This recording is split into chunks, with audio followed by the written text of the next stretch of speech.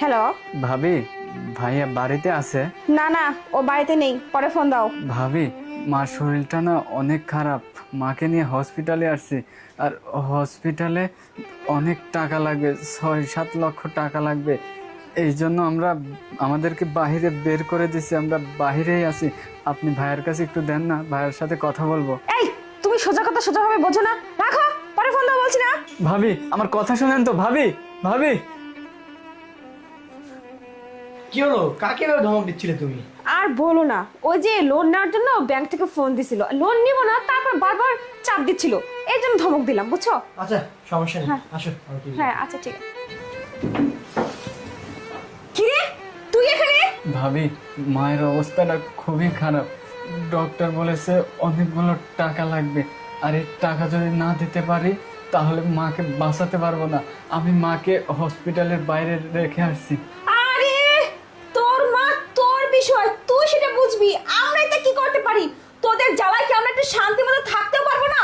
আর তোর মায়ের চিকিৎসার টাকা আমরা কেন দেবো? তোর মা হসপিটালের বাইরে আছে না, কোথায় আছে সেটা দেখতে যাবো কেন আমরা? ভাবি, আপনি এসব কি ধরনের কথা বলতেছেন? মা কি খালি আমার একার? ভাইয়ারও তো মা, তাই না? আর এখন যদি এই টাকাগুলো ম্যানেজ না করতে পারি তাহলে তো মা মারা যাবে। ভাবি দেখেন, ভাইয়াকে একটু ডেকে দেন না, যে কোনো একটা ব্যবস্থা তো করতে হবে। এই, একদম ইমোশনাল ড্রামা না করবি না আমার সামনে। তোর মা তুই বুঝবি, তোর মা মরলো কি বাঁচলো সেটা আমাদের দেখার একদম কোনো বিষয় নয়, আর আমরা দেখতেও যাব না। তোর নাম্বারটা ব্লক করে দিছি না। শোন, তুই এখন এই মুহূর্তে এখান থেকে চলে যাবি, আর নেক্সট টাইম এখানে আসছিস না, সিকিউরিটি গার্ডকে বলে রাখবো, ঘাড় ধাক্কা দিয়ে এখান থেকে বের করে দিবি। ভাবি, এইভাবে বললেন না, আপনার কাছে হাত জোর করতেছি, প্লিজ ভাইয়াকে আপনি একটু দেখে দিন না। এভাবে বলে হবে না, তাই না? বের হ, বের হ এখান থেকে, বের হ, যা আমার সামনে থেকে, যা এখান থেকে, যা। ভাইয়া, কে? আমি আমিরুল। কি রে? তুই তুই আমার অফিসে এই অবস্থা কেন? তোর কি হয়েছে বল? ভাই, আমি বাধ্য হয়ে তোর অফিসে চলে আসছি। কেন আসছিস আমাকে বল? কোনো উপায় নাই এছাড়া। কি হয়েছে?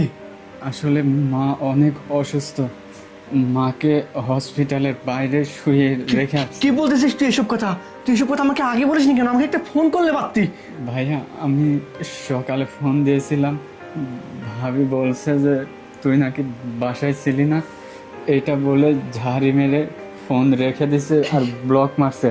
তারপরে আমি তোর বাসা পর্যন্ত আসছি, আসার পর ভাবি আমাকে অপমান করে ঘাড় ধরে বের করে দিছে।